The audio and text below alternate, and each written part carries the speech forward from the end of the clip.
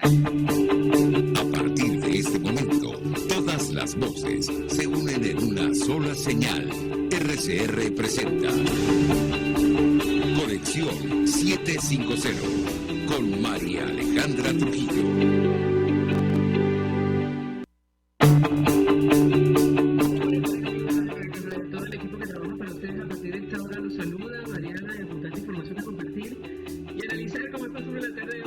Conexión 750, comenzamos.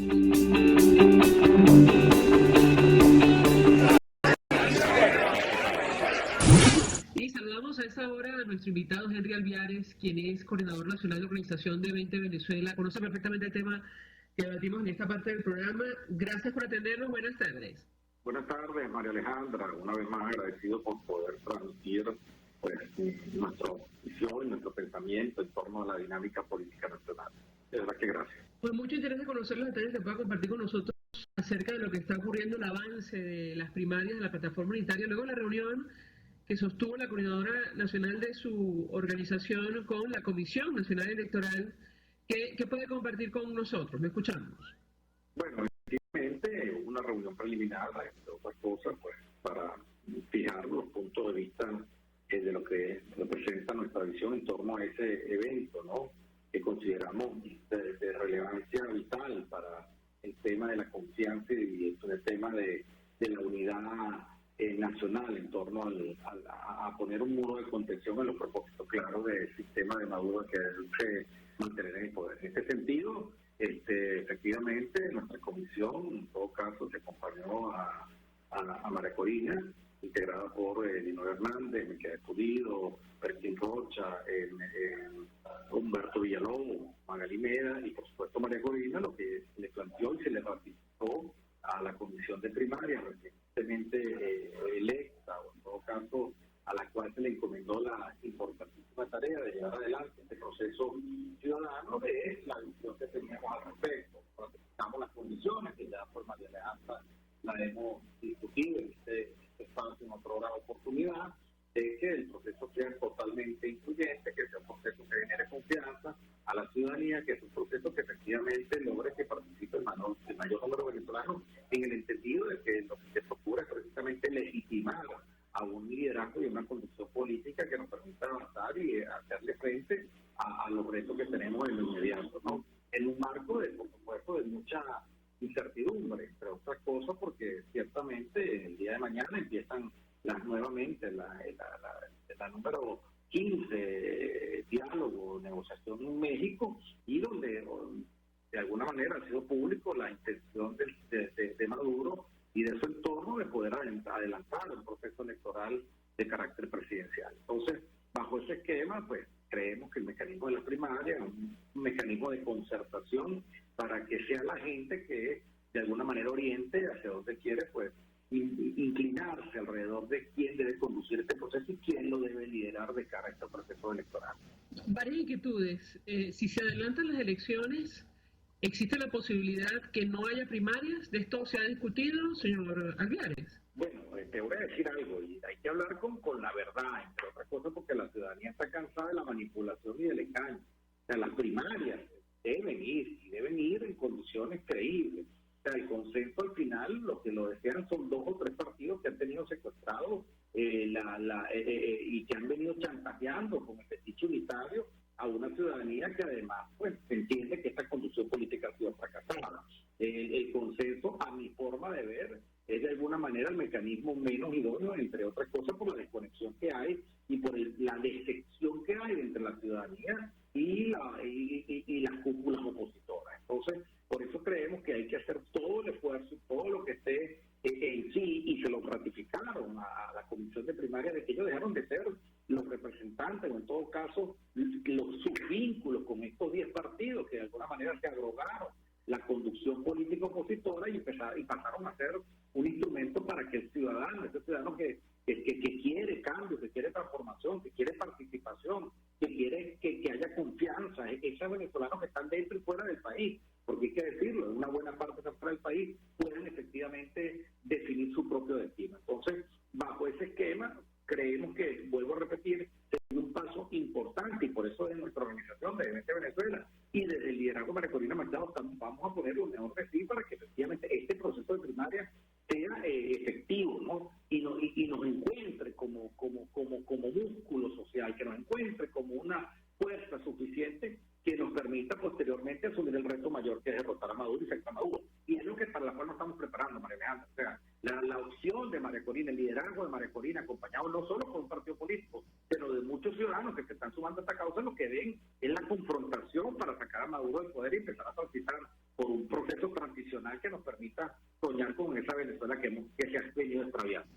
Reitero la pregunta, la reformulo, mejor dicho. ¿Está descartado el consenso para elegir el candidato de la plataforma unitaria si deciden adelantar las elecciones presidenciales en el país, señor Alviares? Para nosotros está descartado. Para nosotros la vía del consenso no es más que la manipulación de cogollo. O sea, el consenso es lo que ha llevado al fracaso.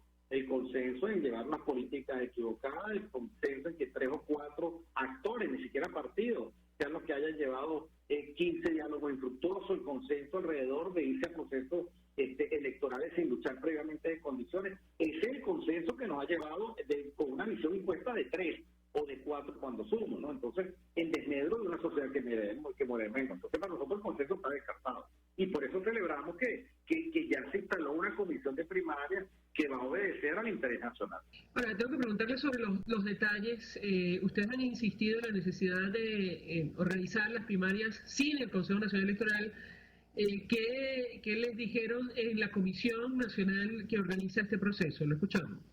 Sí, lo importante es que las razones que le digo para que el Consejo Nacional Electoral no intervenga en un proceso que es netamente opositor. Y las razones no son otras, primero el grado de desconfianza y además de descrédito que tiene el propio ente, que sabemos que es un instrumento del sistema de Maduro y de sus aspiraciones y de sus intereses. Por otro lado, imposible creer que con el Consejo Nacional Electoral puedan participar el mayor número de venezolanos, sobre todo fuera del país, porque obviamente ellos quisieran implementar el sistema de las máquinas, que además puede atentar contra la confianza y la credibilidad y ¿qué te digo yo? Y la reserva que tiene que haber de todos los actores involucrados en un proceso que debe ser de la ciudadanía. Eso por otro lado, y además es poner en manos del sistema y de Maduro prácticamente las elecciones. ¿Tú te imaginas que se hagan el proceso bajo la tutela del Consejo Nacional Electoral o bajo el esquema del Consejo Nacional Electoral a través de su máquina y su mecanismo de control, y que una semana antes, por supuesto que como está bien interesado en que esto no se ocurra, porque al final este proceso de primaria puede consolidar una fuerza importante que pueda renovar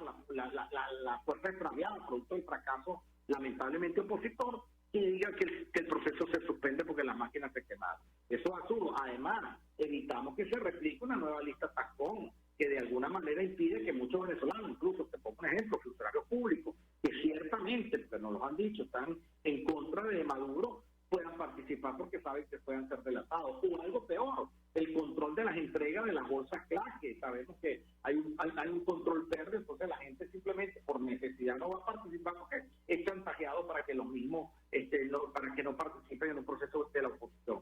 Creo que es altamente riesgoso, es altamente complicado y por supuesto empañaría lo que debería ser un proceso de fuerza, de demostración de fuerza en la causa democrática. ¿Qué respondió la comisión?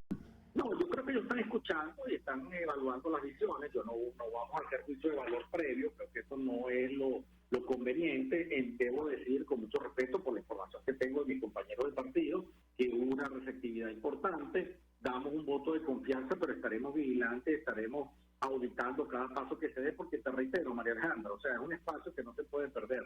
No puede ser este proceso de primaria un nuevo monumento al fracaso, como fueron en otra época.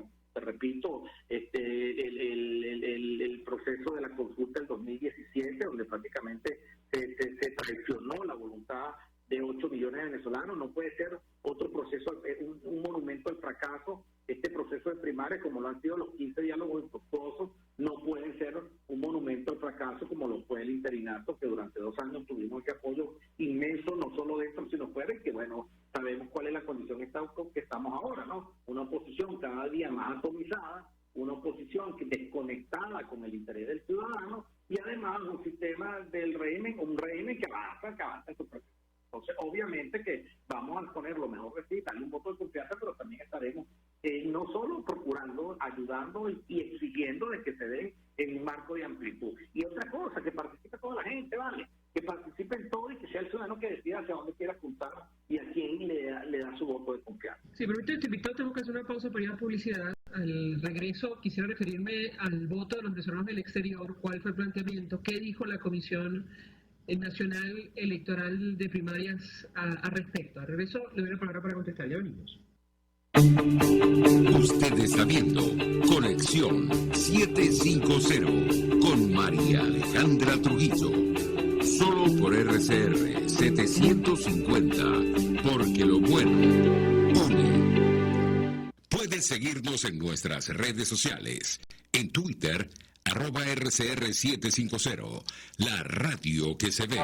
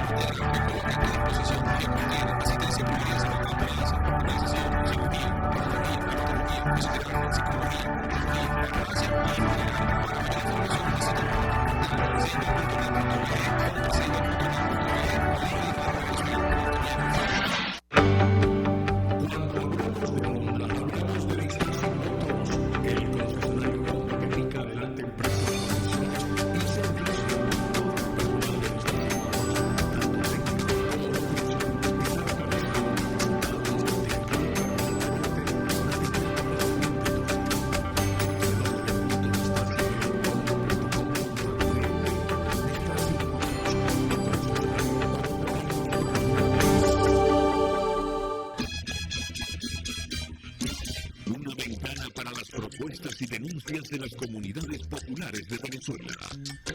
Evelyn Martínez y la red de ciudadanos llegan debatiendo problemas y promoviendo soluciones. Es el radar de los barrios. Por la autonomía de los movimientos sociales que no pueden ser complementos de partidos o gobiernos. El radar de los barrios. De lunes a viernes, a partir de las 10 de la mañana. Por RCR 750 AM. RCR 750 AM. Porque lo bueno une. El poder de la comunicación en tus manos. Conexión 750 con María Alejandra Trujillo. Solo por RCR 750, la radio que se ve. Continuamos, amigos, en Conexión 750, hablando acerca del panorama político en nuestro país, que pasa por la celebración de las primarias de la plataforma unitaria, momentos en los cuales ya es oficial que se retoman las negociaciones en México, por cierto, con la participación de la esposa del empresario colombiano Alex Saab, Camila Fabri. Ella la presenta en el comunicado del régimen venezolano como defensora de los derechos humanos. Recordar, como lo ha escrito el periodista Roberto Denis, que esta ciudadana está investigada en Italia por delitos de corrupción y lavado de dinero asociados a los negocios del empresario Alex Saab, que también está procesado en este caso en los Estados Unidos. Me acompaña Henry Alviares, el coordinador nacional de Vente Venezuela. Yo le dejaba una inquietud acerca del voto de los venezolanos en el exterior. ¿Qué dijo la Comisión Nacional Electoral de Primarias al respecto? Lo escuchamos.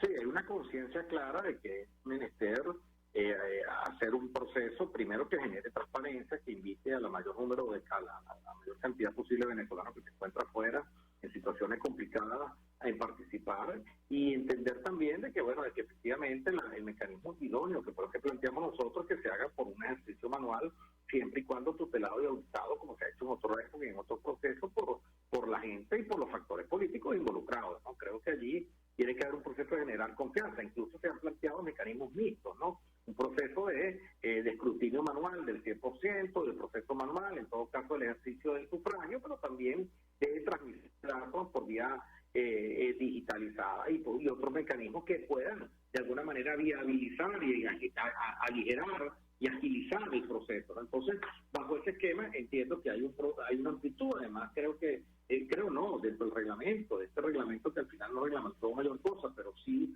hubo la mención de que era necesario de que estos venezolanos pudiesen efectivamente participar. Y no me refiero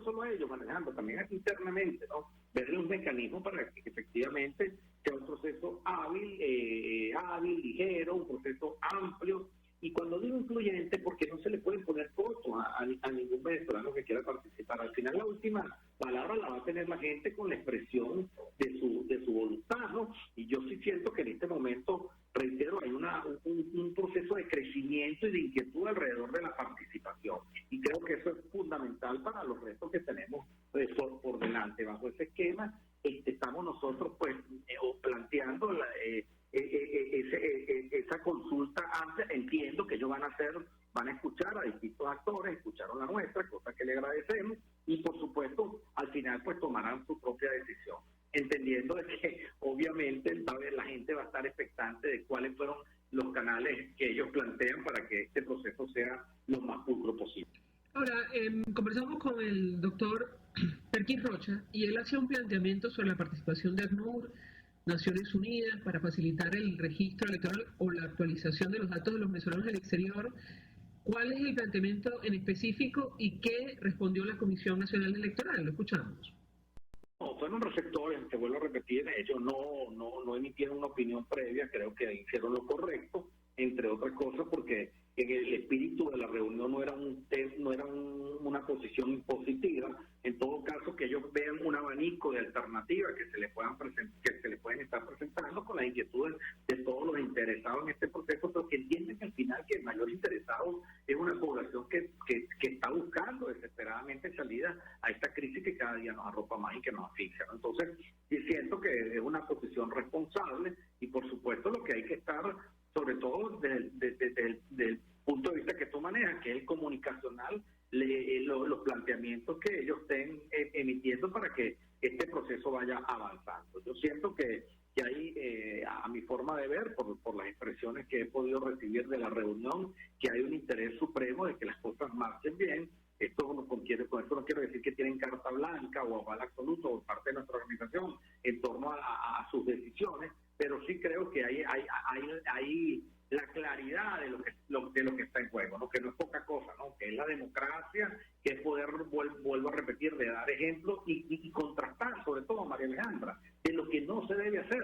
Ya estamos acostumbrados a ver sistemas amañados de procesos de participación secuestrados por intereses, en este caso de Maduro y su entorno. Y nosotros en una oportunidad como esta lo que tenemos precisamente es ser la contracara de lo que no se debe hacer y en todos casos poder hacer algo que efectivamente motive y que además, una cosa importante, que siempre lo hace María Alejandra para avanzar posteriormente, una vez dados los resultados de este proceso, en un liderazgo solvente que nos permita luchar con verdaderas condiciones electorales dentro y fuera y con la presión internacional y con una supervisión extranjera y por supuesto con fuerzas internas que nos lleven a un proceso electoral que invite al mayor número de venezolanos y que no se replique lo que ha pasado en los últimos años, que son procesos donde la participación no excede del 30%, que es la verdad.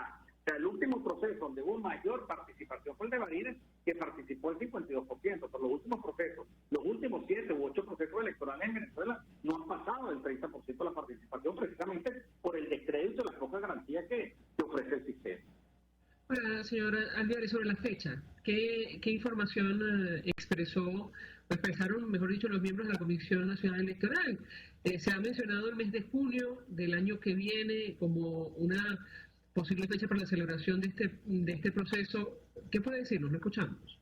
No, realmente no hicieron alusión a una fecha específica. El mes de junio fue una fecha que lanzó la plataforma unitaria, pero no se ha estipulado fecha, porque entre otras cosas, esta comisión tendrá la potestad de poder verificar cuál es el esquema que se va a utilizar. Y aquí hay cosas importantes, ¿no? Sobre todo, bajo qué registro se va a llevar los niveles de participación, bajo qué esquema de control o de revisión, o bajo qué proceso va a ser el escrutinio fundamental en todo esto. Incluso nosotros llegamos un poco más allá, normas de financiamiento, quién financia todos estos procesos, entre otras cosas, para darle pulcritud y transparencia a esto, para que el régimen con sus intereses no permee, que seguramente va a querer hacerlo, pero que no sea descarado su intervención o cómo se involucra para inclinar la balanza hacia uno u otro actor que seguramente le pueda ser mucho más cómodo. Entonces, siento que esa fecha final va a ser la propia comisión que lo va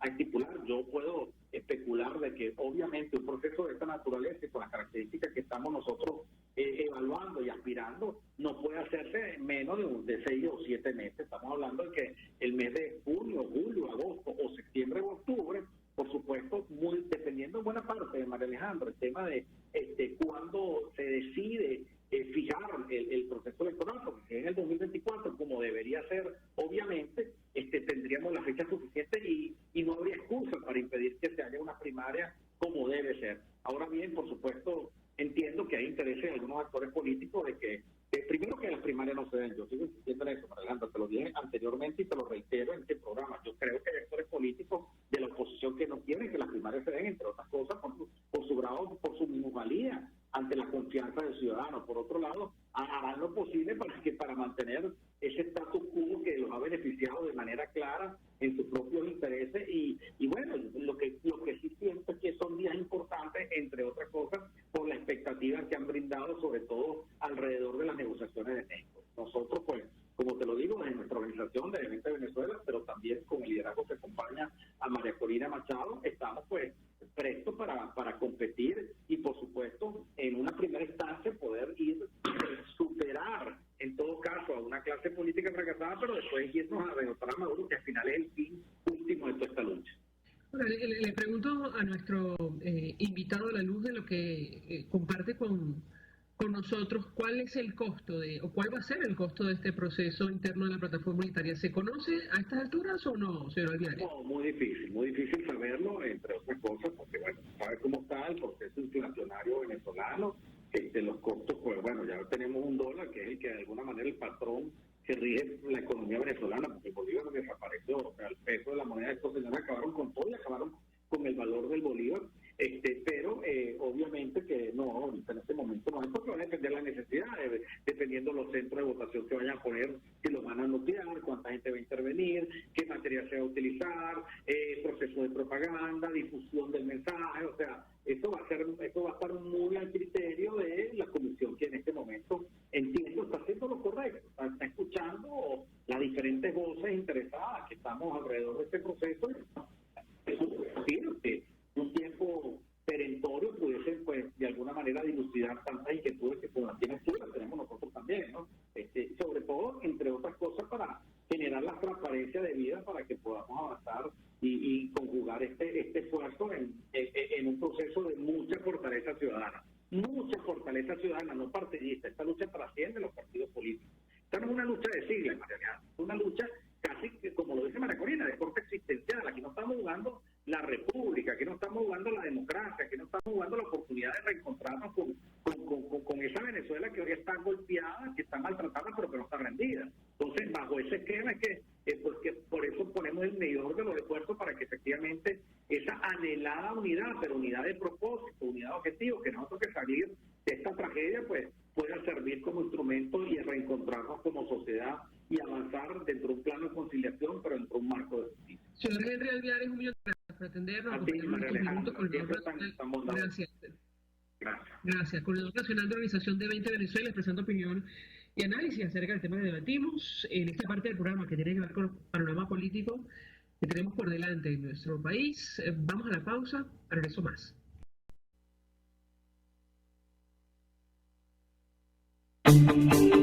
Estás en sintonía de Conexión 750 con María Alejandra Trujillo, solo por RCR 750, porque lo bueno, sintonícenos a través de Periscope, @RCR 750, la radio que se ve.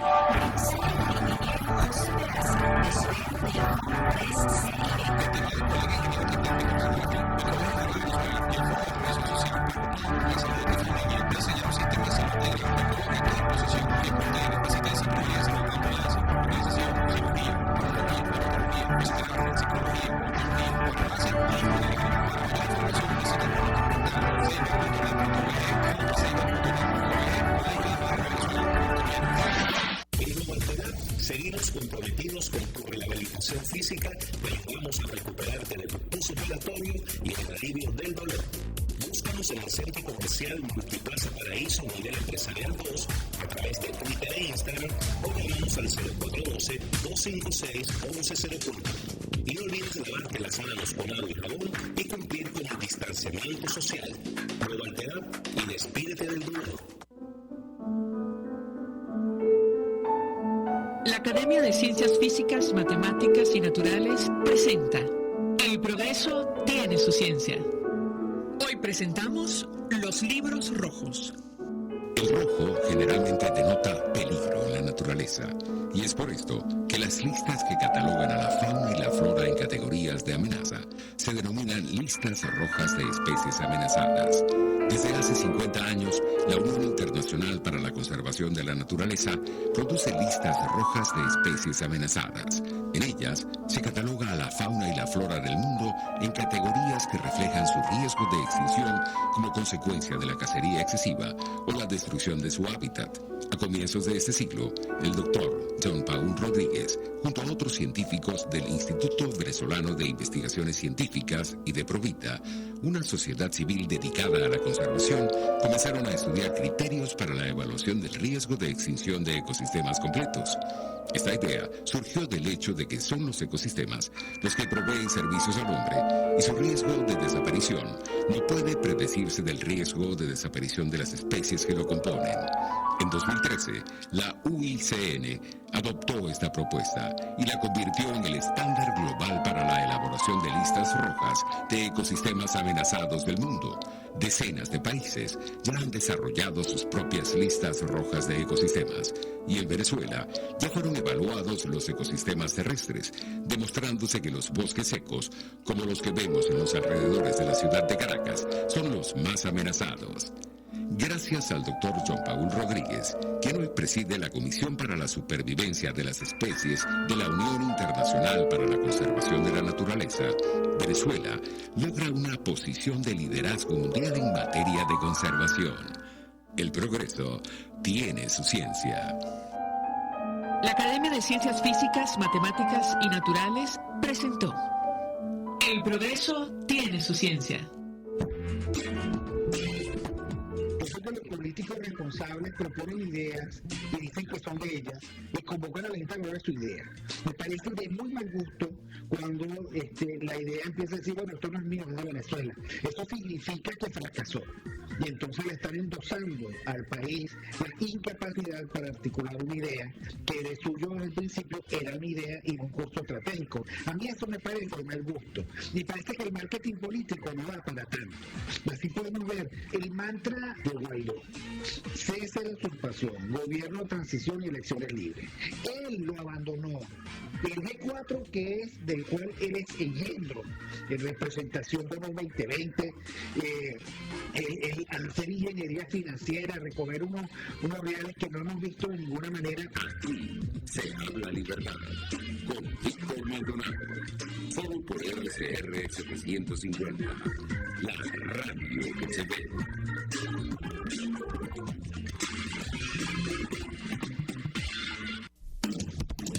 RCR 750 AM, porque lo bueno une.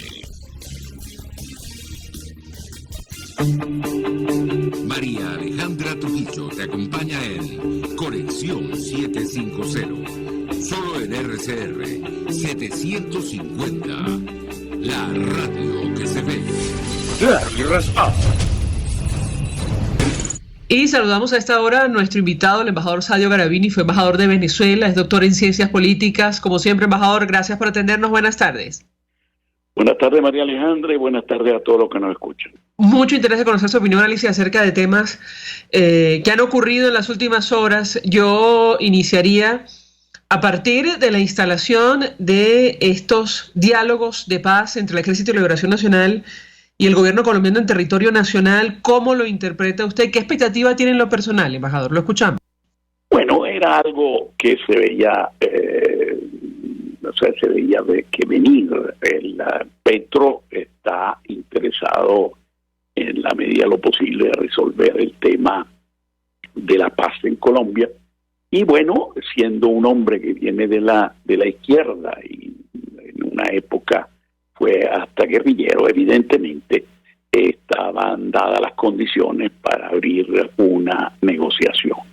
El hecho de poner su sentido me meter al gobierno Maduro en una función, vamos a decir, entre comillas, mediadora, es obviamente de interés de Petro, porque él sabe que el ELN tiene su base de operaciones en Venezuela y además de su base de operaciones, sino a base de financiamiento.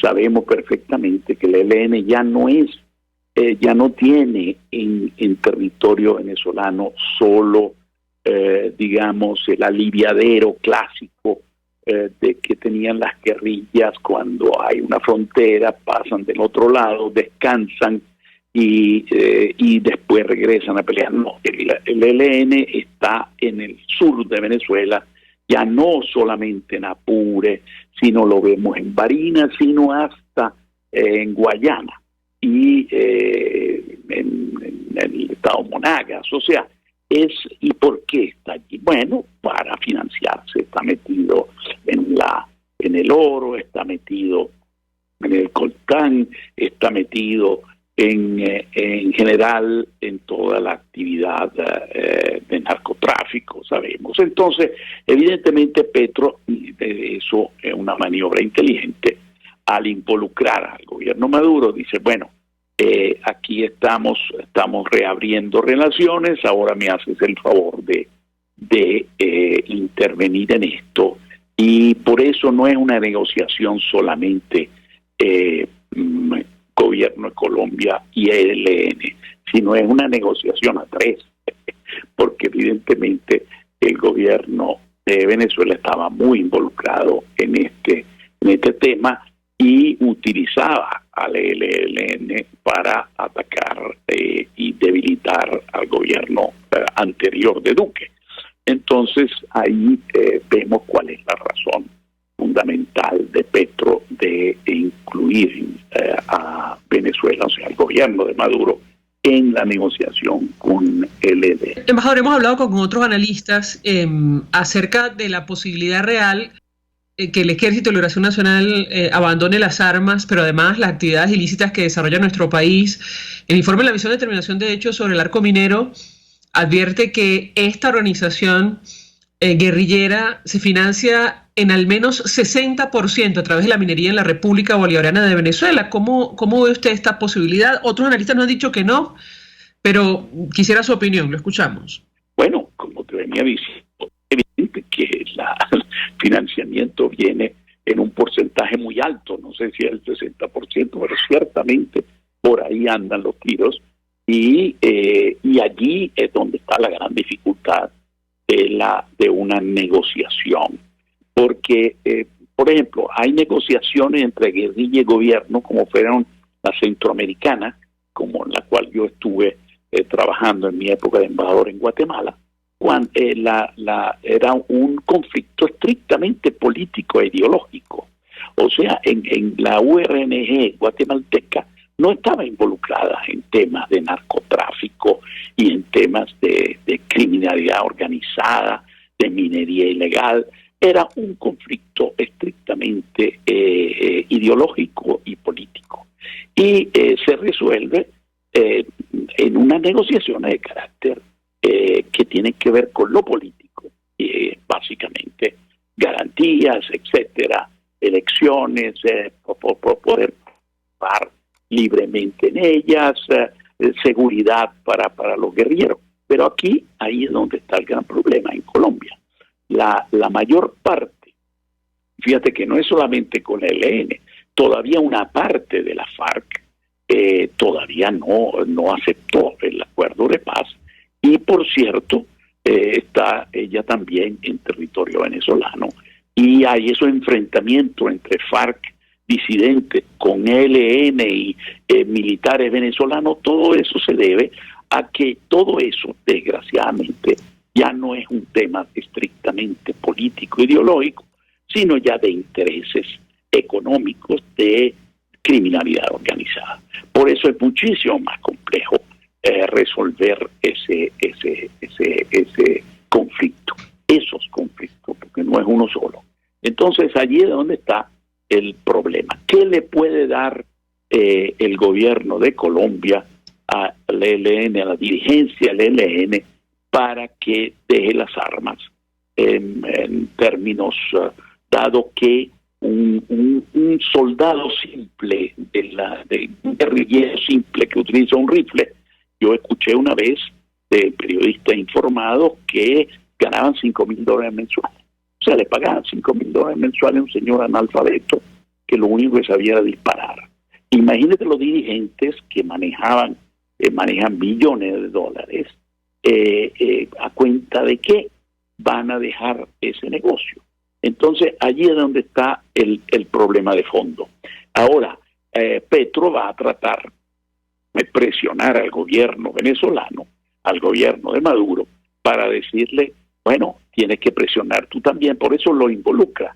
La única forma de que el ELN sienta alguna presión para ir a negociar es que se le hace difícil que los dos ejércitos, las dos Fuerzas Armadas de Colombia y de Venezuela amenazan con actuar en conjunto y actuar fuertemente en contra de esos grupos guerrilleros. Entonces, lógicamente pueden sentir la presión y llegar a quizás algún tipo de acuerdo, pero, repito, sigue siendo unos acuerdos sumamente complejos.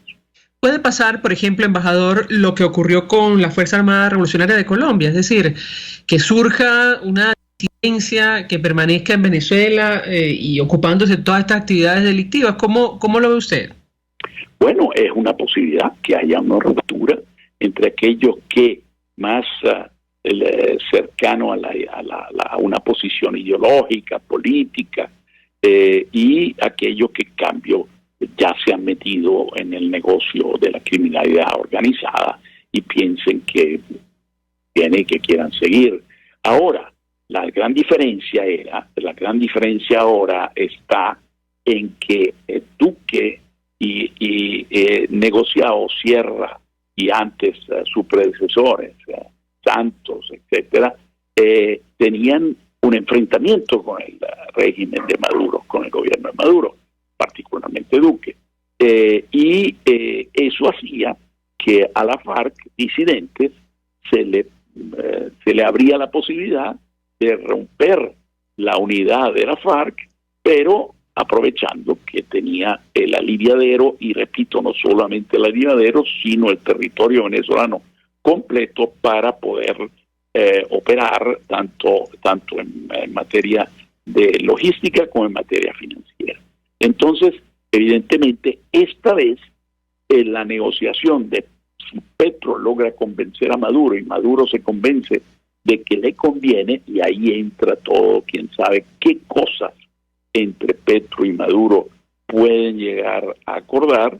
Si Maduro se convence que se puede, o mejor dicho, Petro convence a Maduro de presionar a los guerrilleros que están en el territorio venezolano, entonces evidentemente, y trabajar en conjunto con los dos ejércitos en la frontera, se le complica la vida a los guerrilleros, tanto del ELN como de la FARC disidente, porque hasta ahora, al pasar de este lado de la frontera, estaban tranquilos, pero si la cosa cambia, entonces la situación puede cambiar.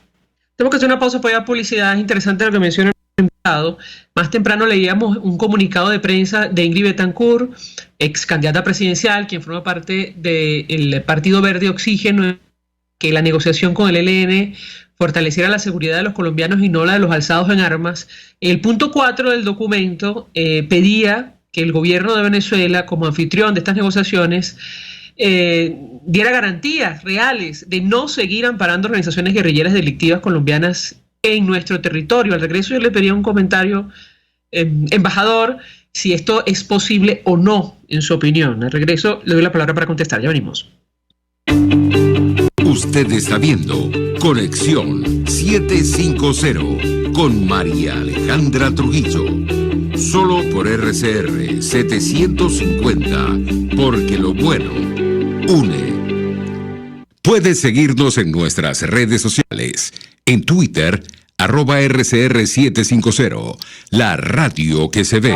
Mensaje del ingeniero José Peraza, tesorero del FONPRES CIB. Estimado colega ingeniero, arquitecto y profesional afín, el Colegio de Ingenieros de Venezuela y el Fondo de Previsión Social, preocupado por la salud de tu familia, ha diseñado un sistema de salud integral que coloca a tu disposición y que contiene asistencia primaria de salud, ambulancia, hospitalización, cirugía, oftalmología, dermatología, fisioterapia, psicología, odontología, farmacia y funerario. Para mayor información, visítanos a nuestros portales cib.net.be, fonprescib.net.be, Colegio de Ingenieros de Venezuela, construyendo futuro.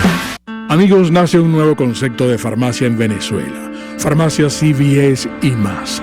Todo lo demás. En Farmacia CVS, en español CVS, lo consigues todo en un solo lugar. Salud, belleza, hogar y comida. Un nuevo concepto en todo para un nuevo concepto de vida. Farmacia CVS y más está en el CCCT nivel C1, frente a Beco y al lado del Banco Mercantil.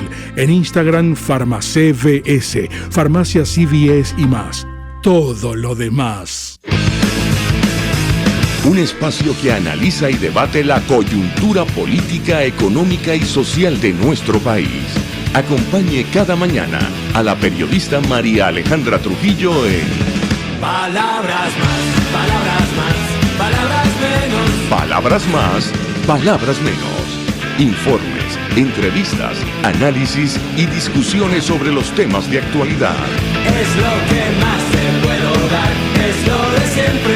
Palabras más, palabras menos. De lunes a viernes, de 7 a 8 de la mañana, por RCR 750 AM. Palabras más, palabras más, palabras menos. RCR 750 AM. Porque lo bueno une. El poder de la comunicación en tus manos. Conexión 750 con María Alejandra Trujillo. Solo por RCR 750, la radio que se ve. Continuamos, amigos, en Conexión 750, hablando acerca de la comunidad internacional, lo que ha ocurrido en las últimas horas, que nos ubica en el reinicio de los diálogos de paz entre el Ejército de Liberación Nacional y el gobierno colombiano en territorio venezolano. Nos acompaña el embajador Sadio Carabini, fue embajador de Venezuela, es doctor en ciencias políticas. Y yo le dejaba una inquietud, embajador, a propósito de una de las reacciones, una de tantas, del lado colombiano, y me refiero a la ex candidata Ingrid Betancourt del Partido Verde Oxígeno, que además fue rehén, hay que recordarlo, de las Fuerzas Armadas Revolucionarias de Colombia, conoce el tema, digamos, en carne propia, lo ha sufrido, lo ha vivido.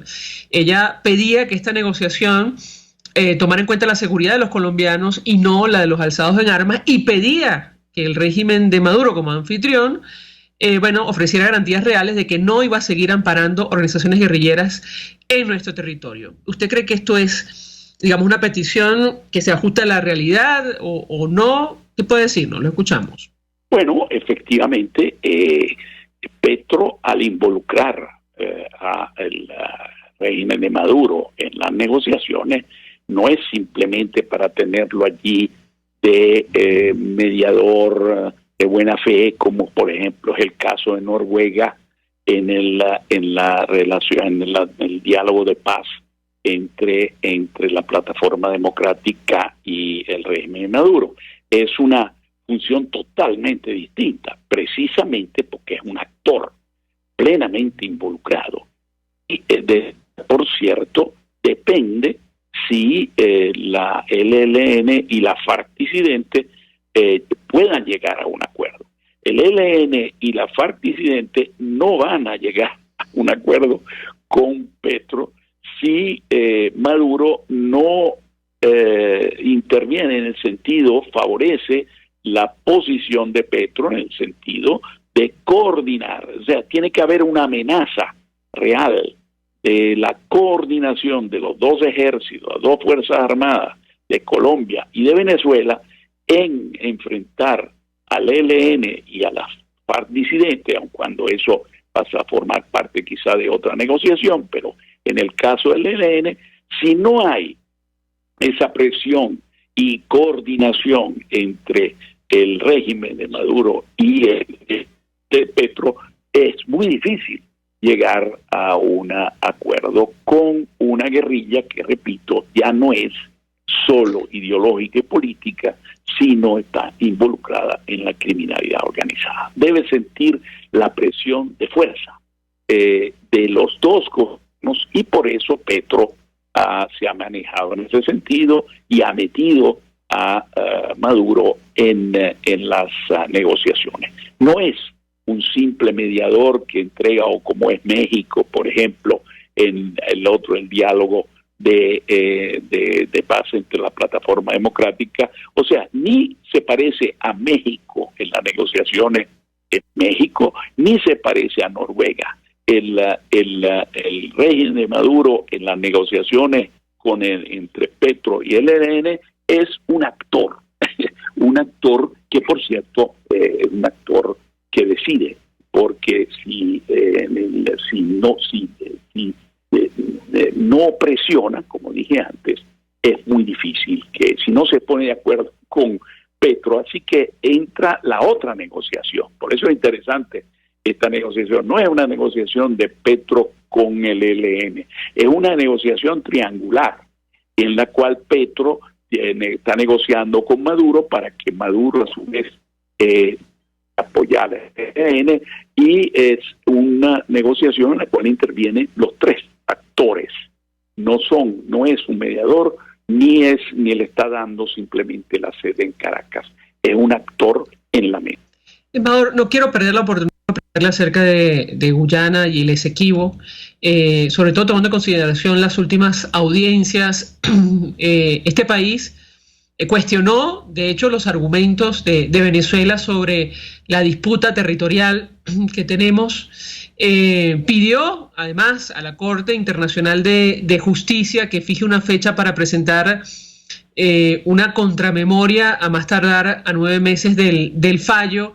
Y yo le pediría un comentario. ¿Cómo ve usted las posibilidades de nuestro país reivindicar, digamos, los derechos de Venezuela sobre el Esequibo, tomando en consideración la cantidad de errores que se han cometido durante años y el punto en el que se encuentra ahora mismo este proceso? Lo escuchamos. Bueno, tú sabes que eso sí es un cuento muy largo, pero simple y llanamente lo que yo he repetido mucho es que los errores se pagan. Y efectivamente el error más grave fueron estos últimos años, y la pregunta que deberían siempre hacerse los venezolanos es: ¿cómo es posible que 2 secretarios generales de las Naciones Unidas, más el último mediador, Dag Nylander, el último buen oficiante, decidieron llevar el caso a la Corte Internacional de Justicia, que era el método de solución que Guyana, desde 1966, desde la misma firma del Acuerdo de Ginebra, quería que se llegara allí? Venezolanos se habían opuesto. Precisamente la pregunta es: ¿cómo es posible que el régimen de Maduro no lograra evitar llegar a la Corte Internacional de Justicia, que era el método preferido por Guyana? Por alguna razón será que era el método preferido de Guyana desde 1966. Y allí entonces vemos cómo fue la irresponsabilidad, la falta de profesionalidad de todos estos años antes de que los 2 secretarios generales decidieran lo que decidieron, porque ellos interpretaron que el Acuerdo de Ginebra le daba la posibilidad de decidir al respecto. Ahora Venezuela dice que no, que el gobierno no tenían esa posibilidad de hacerlo, no tenían la capacidad. Eso es debatible. Muchos juristas, aún venezolanos, te van a decir, si no lo dicen en público, lo dicen en privado, que el Acuerdo de Ginebra permitía a los secretarios generales, al secretario de las Naciones Unidas, tomar esa decisión. Pero de todas maneras, ¿por qué no se pudo evitar? Y ahí es donde está el drama, cuando Guyana dice: vamos a la Corte Internacional de Justicia, el secretario general, Venezuela insistía: no, vamos a seguir con los buenos oficios. Buenos oficios era esta función de un mediador que corre ve y dile entre las partes, que tenía desde 1989. O sea, que cuando Guyana decía al secretario general, bueno, pero aquí llevamos más de 25, 27, 28 años en esto y no hemos llegado a nada, nosotros queremos cambiar y queremos terminar este asunto de una manera definitiva y vamos a la Corte Internacional de Justicia. ¿Cómo es posible que Venezuela no le haya podido decir a los dos secretarios generales, bueno, de acuerdo, bueno, oficio no, pero vamos a mediación, vamos a conciliación, vamos a cualquier otro de los mecanismos que se está previsto en el artículo 33 de la Carta de las Naciones Unidas para la Solución de Conflictos? El que menos le interesaba a Venezuela era el preferido por Guyana, que es la Corte Internacional. Bueno, ahora estamos en la Corte y ahora es un problema estrictamente jurídico en la cual las declaraciones de Delcy el otro día en la Corte, bueno, yo quiero ver con qué cara cuando escuchaba cosas como esta, que Inglaterra debe dar la cara, no es Guyana, porque no existía Guyana cuando el laudo arbitral. Eso es una tontería, porque eso hay que explicarle que hay lo que se llama la sucesión de estados. O sea, ahora el que tiene la soberanía sobre ese territorio es Guyana, no es el Imperio Británico. Hubo una sucesión de estados. Pero bueno, repito, ahora está en manos de la Corte. Ojalá que sepamos, yo vi el equipo de juristas de Guyana es de un peso muy grande. Del lado venezolano, tengo que decir, yo vi la lista y salvo Antonio Remiro Bretón, no hay pesos tan fuertes en términos de formación, de capacidad, de conocimiento que el que tiene el equipo de Guyana. Hay, por cierto, vi por ahí, ustedes saben que en la Corte se tiene que debatir en dos idiomas, o el inglés o el francés. Bueno, evidentemente en el equipo de Guyana hay pesos pesados en inglés y en francés, y en cambio el peso pesado más fuerte nuestro es español, y hay solamente, vi en toda la delegación, que una delegación inmensa, son como 60 personas venezolanas, yo vi, repito, no quiero equivocarme, pero hay una sola persona de peso de habla inglesa. Eso para mí es ya un error. Pero de todas maneras, repito, ahora estamos en un tema en la Corte y es un tema estrictamente jurídico y eso veremos de qué va a tomar, qué decisión va a tomar la Corte. Finalmente, embajador, el peso específico del viraje que, digamos, promovió el expresidente Chávez con relación a Guyana, ¿qué peso específico puede tener de cara a un fallo en la Corte Internacional de Justicia? Lo hemos comentado con ustedes, siempre lo recordamos tristemente para nuestro país. En ese momento, ninguno de los que hoy están supuestamente defendiendo nuestros intereses dijeron nada. Me refiero a Delcy Rodríguez o el propio Nicolás Maduro y tantos. El expresidente Chávez llegó a decir que el gobierno venezolano no iba a ser un obstáculo para cualquier proyecto de ser conducido en el Esequibo y cuyo propósito fuera beneficiar a los habitantes del área. ¿Qué impacto tiene esto o puede tener de cara a un fallo definitivo en relación a este tema? Embajador, lo escuchamos.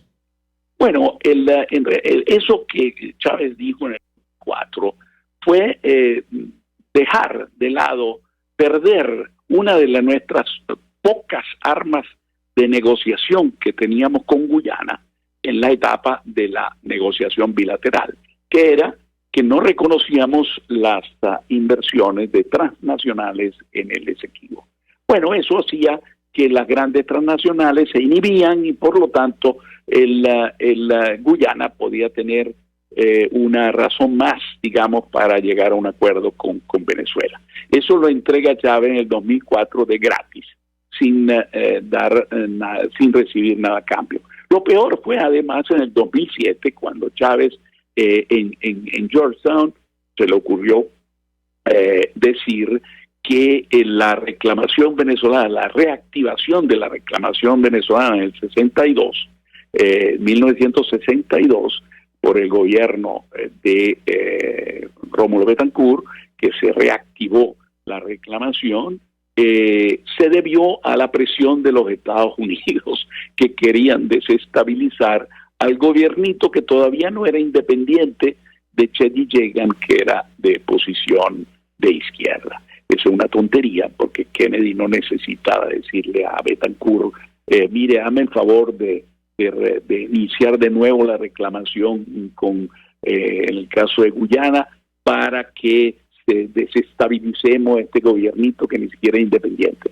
Lo que hizo Kennedy en ese caso es hablar con la Gran Bretaña, el primer ministro Macmillan, aliado de Estados Unidos, le dijo, mira, no le den la independencia a Guyana hasta que no cambie el gobierno. Y eso fue lo que pasó. Cuando Cheddi Yegan perdió las elecciones, entonces le vino el procedimiento de independencia. Entonces, repito, los errores se pagan porque estas declaraciones, obviamente, los guyaneses la van a presentar en la corte. O sea, van a decir, miren lo que el jefe de Estado venezolano dijo en 2007, que esa reclamación, porque al decir que la reactivación de la reclamación era por presión de Estados Unidos, obviamente era decir que no había un interés verdadero venezolano en el tema y deslegitima la misma reclamación. Tanto es así que el embajador de esa época, guyanés, dio una declaración en el Nacional en el 2007 que dijo, bueno, pero si el presidente Chávez dijo eso, no le queda otra cosa que renunciar a la reclamación. Y eso está en el Nacional en el 2007. Así como, repito, todo eso hizo daño. Y evidentemente ahora veremos, ojalá, repito, que la Corte en relación al tema estrictamente jurídico por fin nos favorezca. Pero, repito, la pregunta de siempre que yo le hago, ¿por qué será que Guyana desde 1966 su solución mejor escogida y solicitada siempre fue ir a la Corte? Embajador Sadio Garavini, un millón de gracias por atendernos, acompañarnos estos minutos expresando opinión y análisis acerca de los temas que debatimos en esta parte del programa, que tiene que ver con los diálogos de paz entre el ELN y el gobierno colombiano en territorio nacional, pero también con el destino de la reclamación histórica de nuestro país en el Esequibo. Gracias. Nosotros nos despedimos y lo hacemos en nombre de Jaime Estar en la Dirección General de Estación, en la Gerencia de Producción Minister Calla, en la producción Jay Pacheco, en los controles de Jorge González, que tuvo el inmenso placer de acompañarles, María Alejandra Trujillo.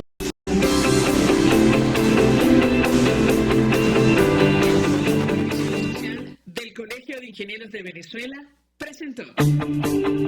RCR presentó Conexión 750 con María Alejandra Trujillo. Solo por RCR 750. La radio que se ve.